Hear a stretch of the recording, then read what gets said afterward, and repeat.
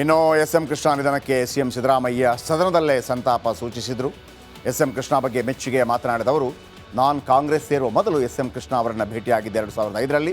ಆಗ ನಿಮ್ಮಂಥವರು ಕಾಂಗ್ರೆಸ್ಗೆ ಬರುವ ಅನಿವಾರ್ಯತೆ ಇದೆ ಅಂತ ಹೇಳಿದರು. ವಿಶೇಷ ಅಂದರೆ ನಾನು ವಿದ್ಯಾರ್ಥಿಯಾಗಿದ್ದಾಗ ಎಸ್.ಎಂ. ಕೃಷ್ಣ ಅವರ ಅಭಿಮಾನಿಯಾಗಿದ್ದೆ ಅಂತ ಸಿದ್ದರಾಮಯ್ಯ ಹೇಳಿದರು. ಕೇಳಿಸ್ಕೊಳ್ಳಿ. ನಾನು ಕೂಡ ವಿದ್ಯಾರ್ಥಿಯಾಗಿದ್ದಾಗ ಎಸ್.ಎಂ. ಕೃಷ್ಣ ಅವರ ಅಭಿಮಾನಿಯಾಗಿದ್ದೆ. ಅವ್ರ ಬಗ್ಗೆ ಹೇಳಬೇಕಾಗಿರ್ತಕ್ಕಂಥದ್ದು, ಅತ್ಯಂತ ಸಜ್ಜನ ರಾಜಕಾರಣಿ, ಮುತ್ಸದ್ದಿ ರಾಜಕಾರಣಿ, ಒಬ್ಬ ದಕ್ಷ ಆಡಳಿತಗಾರ,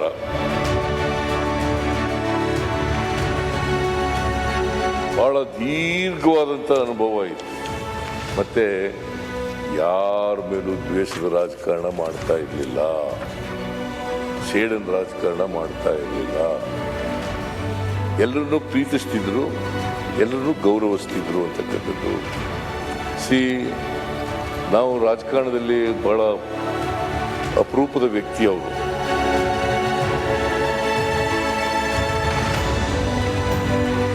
ಈ ಎಸ್.ಎಂ. ಕೃಷ್ಣ ಅವರು 4 ಸದನಗಳಲ್ಲಿ ಇದ್ರು. ಈ ದೇಶದ ಪಾರ್ಲಿಮೆಂಟ್ನ ಲೋಕಸಭೆ, ರಾಜ್ಯಸಭೆ, ಕರ್ನಾಟಕದ ವಿಧಾನಸಭೆ, ವಿಧಾನ ಪರಿಷತ್ 4 ಸದನಗಳಲ್ಲಿ ಸದಸ್ಯರಾಗಿದ್ದವರು. ಜೊತೆಗೆ ಈ ರಾಜ್ಯದ ಮುಖ್ಯಮಂತ್ರಿ ಆಗಿದ್ದರು.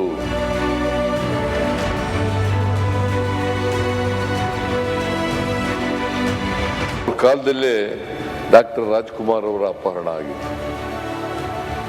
ಯಾವ ವೀರಪ್ಪನಿಂದ, ಕಾಡುಗಳಿಂದ ರಾಜ್ಕುಮಾರ್ ಅವರ ಅಪಹರಣ ಆಗಿತ್ತು. ಆಗ ದೊಡ್ಡ ಸವಾಲನ್ನ ಎದುರಿಸಬೇಕಾದಂಥ ಪರಿಸ್ಥಿತಿ ಬಂತು. ಯಾಕಂತಂದ್ರೆ ರಾಜ್ಕುಮಾರ್ ಅವರು ಇಡೀ ರಾಜ್ಯದ ಜನರ ಅಭಿಮಾನವನ್ನು ಗಳಿಸಿದಂಥವರು. ಅಂಥವ್ರ ಅಪಹರಣ ಆಗಿದ್ದಂಥ ಸಂದರ್ಭದಲ್ಲಿ ಅವರು ದೊಡ್ಡ ಸವಾಲನ್ನು ಈ ರಾಜ್ಯದಲ್ಲಿ ಎದುರಿಸಿದ್ರು ಅಂತಕ್ಕಂಥದ್ದನ್ನು ನಾವು ಮರೆಯಲಿಕ್ಕೆ ಸಾಧ್ಯವಿಲ್ಲ.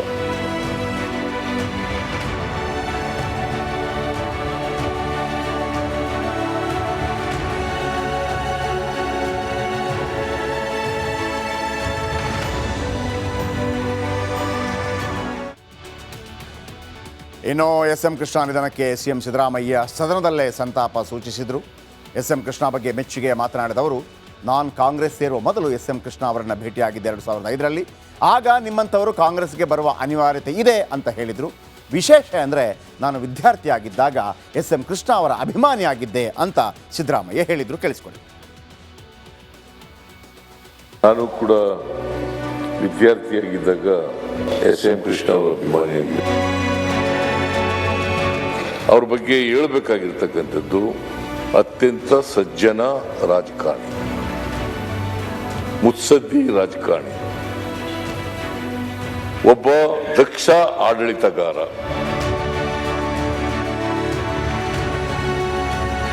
ಬಹಳ ದೀರ್ಘವಾದಂಥ ಅನುಭವ ಇತ್ತು. ಮತ್ತೆ ಯಾರ ಮೇಲೂ ದ್ವೇಷದ ರಾಜಕಾರಣ ಮಾಡ್ತಾ ಇರಲಿಲ್ಲ, ಸೇಡಿನ ರಾಜಕಾರಣ ಮಾಡ್ತಾ ಇರಲಿಲ್ಲ. ಎಲ್ಲರನ್ನೂ ಪ್ರೀತಿಸ್ತಿದ್ರು, ಎಲ್ಲರನ್ನೂ ಗೌರವಿಸ್ತಿದ್ರು ಅಂತಕ್ಕಂಥದ್ದು. ನಾವು ರಾಜಕಾರಣದಲ್ಲಿ ಬಹಳ ಅಪರೂಪದ ವ್ಯಕ್ತಿ ಅವರು.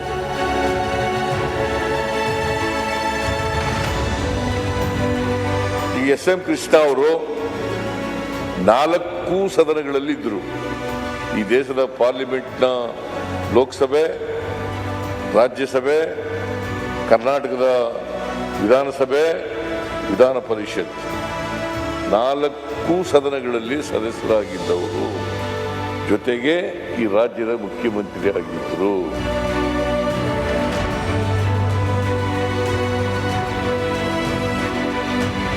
ಕಾಲದಲ್ಲೇ ಡಾಕ್ಟರ್ ರಾಜ್ಕುಮಾರ್ ಅವರ ಅಪಹರಣ ಆಗಿತ್ತು. ಯಾವ ವೀರಪ್ಪನಿಂದ, ಕಾಡುಗಳಿಂದ ರಾಜ್ಕುಮಾರ್ ಅವರ ಅಪಹರಣ ಆಗಿತ್ತು. ಆಗ ದೊಡ್ಡ ಸವಾಲನ್ನು ಎದುರಿಸಬೇಕಾದಂಥ ಪರಿಸ್ಥಿತಿ ಬಂತು. ಯಾಕಂತಂದ್ರೆ ರಾಜ್ಕುಮಾರ್ ಅವರು ಇಡೀ ರಾಜ್ಯದ ಜನರ ಅಭಿಮಾನವನ್ನು ಗಳಿಸಿದಂಥವರು. ಅಂಥವ್ರ ಅಪಹರಣ ಆಗಿದ್ದಂಥ ಸಂದರ್ಭದಲ್ಲಿ ಅವರು ದೊಡ್ಡ ಸವಾಲನ್ನು ಈ ರಾಜ್ಯದಲ್ಲಿ ಎದುರಿಸಿದ್ರು ಅಂತಕ್ಕಂಥದ್ದನ್ನು ನಾವು ಮರೆಯಲಿಕ್ಕೆ ಸಾಧ್ಯವಿಲ್ಲ.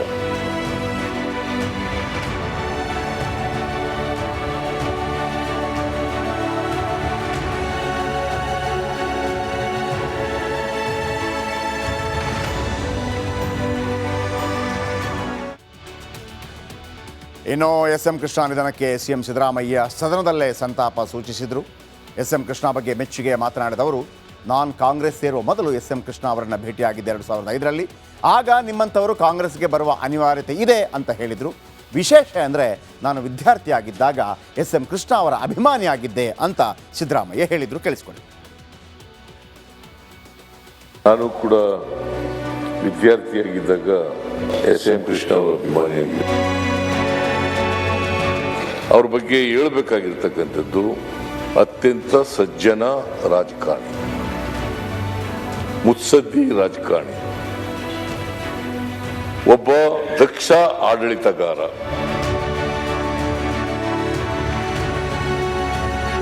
ಬಹಳ ದೀರ್ಘವಾದಂಥ ಅನುಭವ ಇತ್ತು.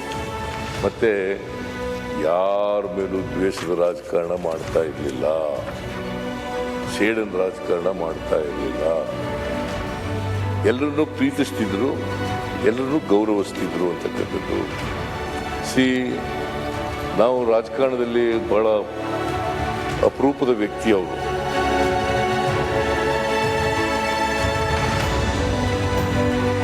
ಈ ಎಸ್ ಎಂ ಕೃಷ್ಣ ಅವರು 4 ಸದನಗಳಲ್ಲಿ ಇದ್ದರು. ಈ ದೇಶದ ಪಾರ್ಲಿಮೆಂಟ್ನ ಲೋಕಸಭೆ, ರಾಜ್ಯಸಭೆ, ಕರ್ನಾಟಕದ ವಿಧಾನಸಭೆ, ವಿಧಾನ ಪರಿಷತ್ 4 ಸದನಗಳಲ್ಲಿ ಸದಸ್ಯರಾಗಿದ್ದವರು. ಜೊತೆಗೆ ಈ ರಾಜ್ಯದ ಮುಖ್ಯಮಂತ್ರಿ ಆಗಿದ್ದರು.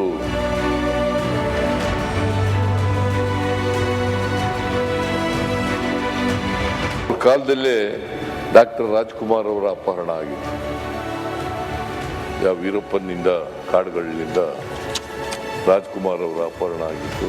ಆಗ ದೊಡ್ಡ ಸವಾಲನ್ನು ಎದುರಿಸಬೇಕಾದಂಥ ಪರಿಸ್ಥಿತಿ ಬಂತು. ಯಾಕಂತಂದ್ರೆ ರಾಜ್ಕುಮಾರ್ ಅವರು ಇಡೀ ರಾಜ್ಯದ ಜನರ ಅಭಿಮಾನವನ್ನು ಗಳಿಸಿದಂಥವರು. ಅಂಥವರ ಅಪಹರಣ ಆಗಿದ್ದಂಥ ಸಂದರ್ಭದಲ್ಲಿ ಅವರು ದೊಡ್ಡ ಸವಾಲನ್ನು ಈ ರಾಜ್ಯದಲ್ಲಿ ಎದುರಿಸಿದ್ರು ಅಂತಕ್ಕಂಥದ್ದನ್ನು ನಾವು ಮರೆಯಲಿಕ್ಕೆ ಸಾಧ್ಯವಿಲ್ಲ.